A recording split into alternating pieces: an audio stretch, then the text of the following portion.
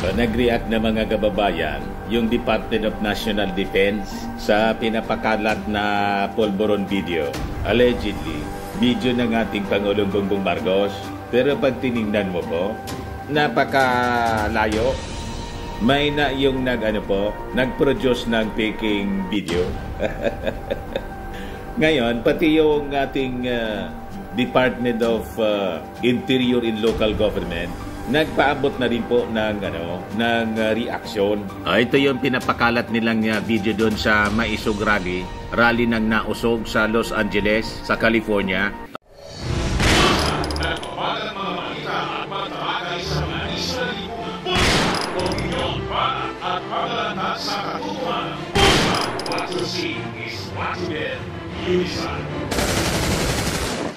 I-play natin mga kababayan. Sa itsura pa lang, napakalayo sa ating Pangulong Bongbong Marcos. Parang nakapilo ka po. Di ba? Ngayon, i-play natin.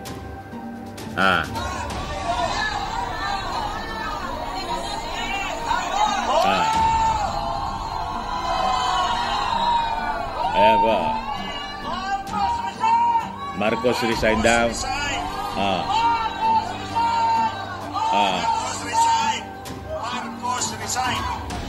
Ayan po. Marcos resign. Kita ninyo, mga kababayan. Ayan po yung nagpapakalat. Iimbestigahan siguro ng ating DILG. Ayan o. Siya yung nagpakalat doon sa Amerika. Sabi pa niya dyan, 1 hour ago.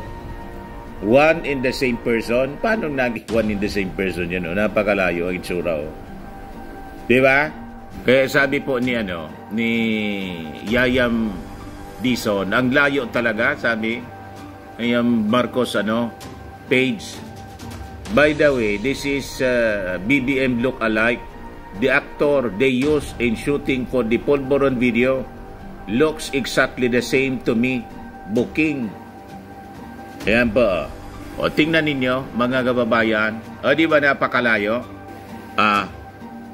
Malayong-malayo sa ating Pangulong Bongbong ang itsura. Kaya ito po, nagpalabas na ng statement yung Department of National Defense. Sabi dyan, maliciously crude attempt to destabilize the administration.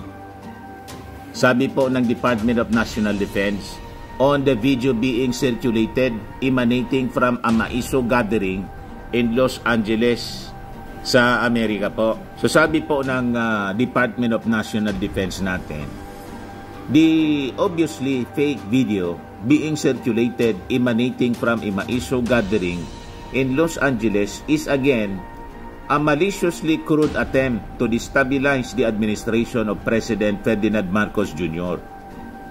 They will not succeed, anya. Hindi sila magtatagumpay.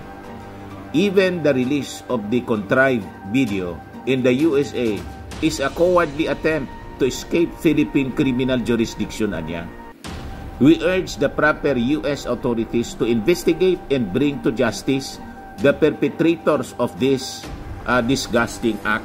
So sa statement po ng Department of National Defense, action sila. Malamang yung ating gobyerno, mga kababayan, ay makikipag-coordinate sa mga US authorities para habulin kung sino itong nagpakalat nito. Pero alam naman na po natin, ang nagpakalat nito po, yung disgruntled na vlogger na ginagamit ngayon ng nausog. Ayan napakalinaw, mga kababayan, kung sino nagpapakalat. Bodyakan. Yan mga kababayan, nandun sa rallying yon ng nausog, si Glenn Chong, parang kasama din doon si Harry Roque. So alam na natin, mga kababayan, ang kanilang nitiin. Gatungan ang ating mga mamamayang Pilipinos na sa tingin nila, mahina mag-isip. Di ba? Tingin nila, mauuto nila sa pinapakalat nilang matagal na polvoron video. Sabi ko nga, mga kababayan, sa aking post kanina, mas kamukha pa si Ted Filon. Di ba? Ang itsura, mga kababayan, parang si Ted Filon ang pagmumuka. Sa tainga pa lang po, malayo ang tabas ng tainga.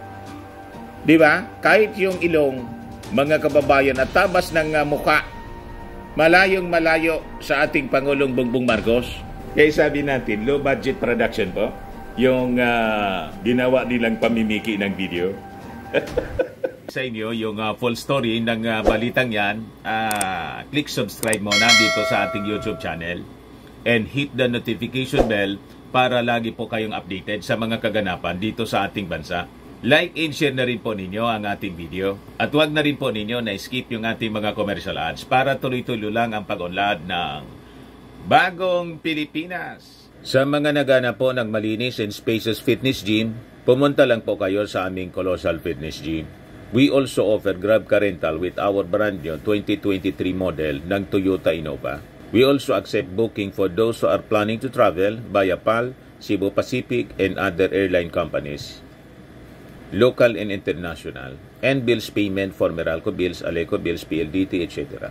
Ang Colossal Fitness Gym is located at 3rd floor Security Bank Building, Lanco Business Park, Legazpi City, Albay. For inquiries, look for Jilon Maravillas, contact number 0966-802-0949. Yan po yung aming Innova.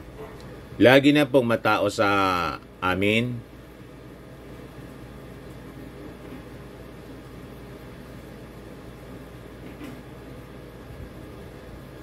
Yan po mga bagong clients namin. Napakaganda at colorful at napakalinis ng aming gym po. Pati mga foreigners po pumupunta sa amin, mga British tourist po sila dito sa Legazpi. Na-set up na rin po yung aming mga brand new gym equipment.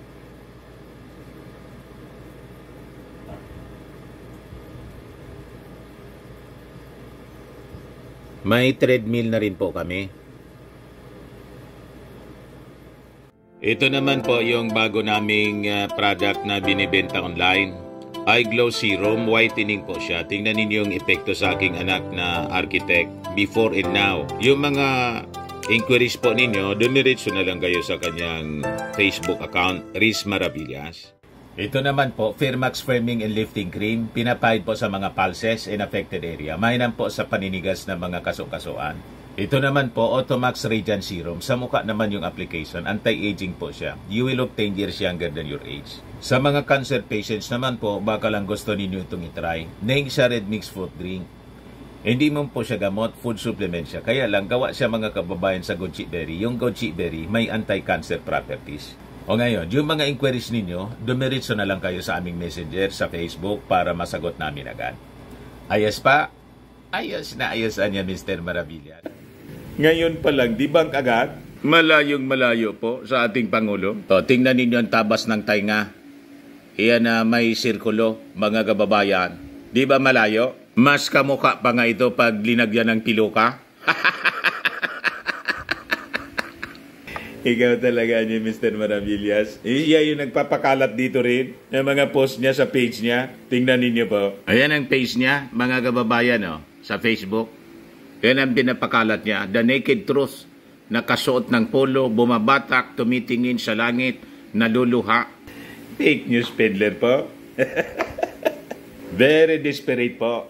Itong mga grupo ng nausog para gatungan ng people power. Pero with this, cheap propaganda po nila, malamang matambakan sila ng kaso.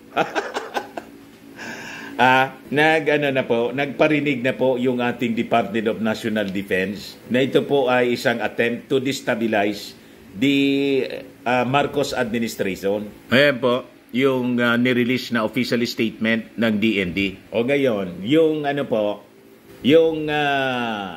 DILG nagpalabas na rin po ng statement. Ito yung report ng PTB.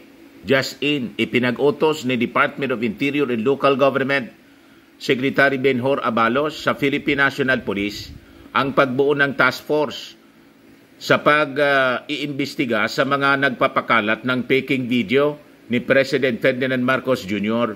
Sa aking pagtingin sa video, hindi ako naniniwala na ang nandun ay ang Pangulo. Sa tagal na kakilala ko ang Pangulo, ang features niya ay hindi ganito sa ad ni Abalos. Sa tainga pa lang po, sa hugis ng tainga. Malayong malayo. Parehas mga kababayan yung ating observation with the DILG Secretary. O di ba ang layo po. Yan ang tainga Kinumpir yung tainga. Yung curve ng tainga. Hindi mo man yan mababago. Ang natural curve. Kahit yung pagmumukha mismo, mga kababayan, yung facial features. Ang layo-layo. Tingnan ninyo. Ang curve, kahit yung butas ng tainga ng ating Pangulo, malayo dito sa sinasabi nilang pulburon video. Yan po. Ngayon mga reaction po. Ang layo talaga. Napakalayo talaga yung itsura po.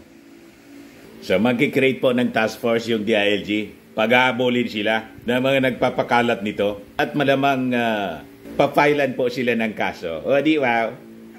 Di ba? Tama po. Kasi tama ng pagpasensya dito po sa mga taong ito. Kailangan talaga gamitin natin yung ating batas. Kasi masyado na pong abusado sila. Walang tigil sila mga kababayan sa panggugulo sa ating bansa. Panahon na papanagutin sila mga kababayan sa batas. Ngayon, maging si Executive Secretary Lucas Bersamin po, nag-react na din po. Ito siya, habang papa-attend siya sa asuna ng ating Pangulong Bongbong, na ambos interview siya ng mainstream media. Pakinggan natin ang kanyang sinabi. Ano po masasabi ninyo dun sa mga lumalabas na video ngayon, pinapakalat talaga ng PBBM? Malicious. Thank you. Ayun lang yung sinabi ni Bersamin. Malicious anya. Itong reaksyon ng mga kababayan natin po. Kakamping ako pero support ko si PBBM kaysa naman po doon sa pro-China. Sabi ni Rodolfo Estacio, kahit anong gawin nila, hindi nila mapapabagsak si PBBM. You cannot put a good man down. Sabi ni Imelda, Diyos ko, wala na silang maibabato kay Apo PBBM. Sabi ng isa dito, si Mahikero, sa lahat ng pro-Marcos government vlogger, ikaw ang gustong-gusto ko dahil ikaw ay humorous at sutil kontra sa mga DDS at anti-Marcos. Sabi ni Ruel Tapis Jr., mas hawig pa si Ted Filon, hindi si PBBM. Sabi ni Melanie, mga abnormal, let's pray for our country and to our beloved President BBM. Sabi ni Emil Bautista, kinuha lang nila ang anggulo na hawig ni PBBM, kaya maiksi, slow motion at robotic ang galaw. Sabi ni April Rose Otomo, yung buhok parang piloka, saka si PBBM kahit kailan, di ganyan ang hairstyle. Fake nga po. Dinoktor nila yung itsura, ganun pa rin, malabo, malayong malayo po. Sabi ni Maria Concepcion Sato, hindi kasi nila nadali sa investigation ng PDEA leaks na kung sino-sino pa pinatawag na tao, naging katawa-tawa lang si Bato, lalo na si Morales. Sabi ni Roddy Pips, dapat na managot sila, pambabastos nila sa Pangulo.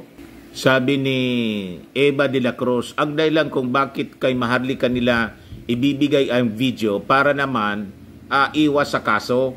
Anong iwas sa kaso? I think makikipag-coordinate na yung ating DILG sa gayong DND po para habulin sa Amerika itong mga lokong ito. Di ba?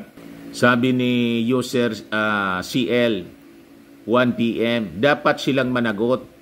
Paging DOJ at PNP, yung DILG po, aaksyon na yata. Magbubuo daw sila ng task force, special task force. Sabi ni Jose Lieso, sa ibang bansa nila inilabas para di sila makasuhan. Kasi pag dito, makakasuhan sila. Sabi ni Sherry Lee, desperate move, alatang ginawa ng focus siguro. Ang layo sa tutong muka ni PBBM, dapat kasuhan niyang gumawa ng ganyan na paninirang puri kay PBBM. Sabi ng isa pa, wala ata kasing budget, kinuha na lang na direktor si Daryl Yap. Sabi ni Silaisky, dapat kasuhan na kasi mga nagpapakalat ng fake news. mga panggulo sa pag-unlad ng bansa yan. Sabi ni Maria, hairstyle, damit, ear size ay malayo kay PBBM. Kasinungalingan to the max. Dapat ay mag-compile din tayo ng mga positive developments ng progress ng Pinas ay pinapakita sa mainstream at social media. Pulse Asia Survey ay di kapanipaniwala dahil katulad ng mga Duterte ay funded din siguro. Ayan po mga kababayan yung mga developments tungkol dito sa pinapakalat na fake video laban sa ating Pangulong Bongbong. Tama po, hindi sila magtatagumpay. Malabo po na magtagumpay. 4 years pa silang iiyak. Ayan man lang po mga kababayan. Ako po si Dante Maravillas. Bye-bye. God bless.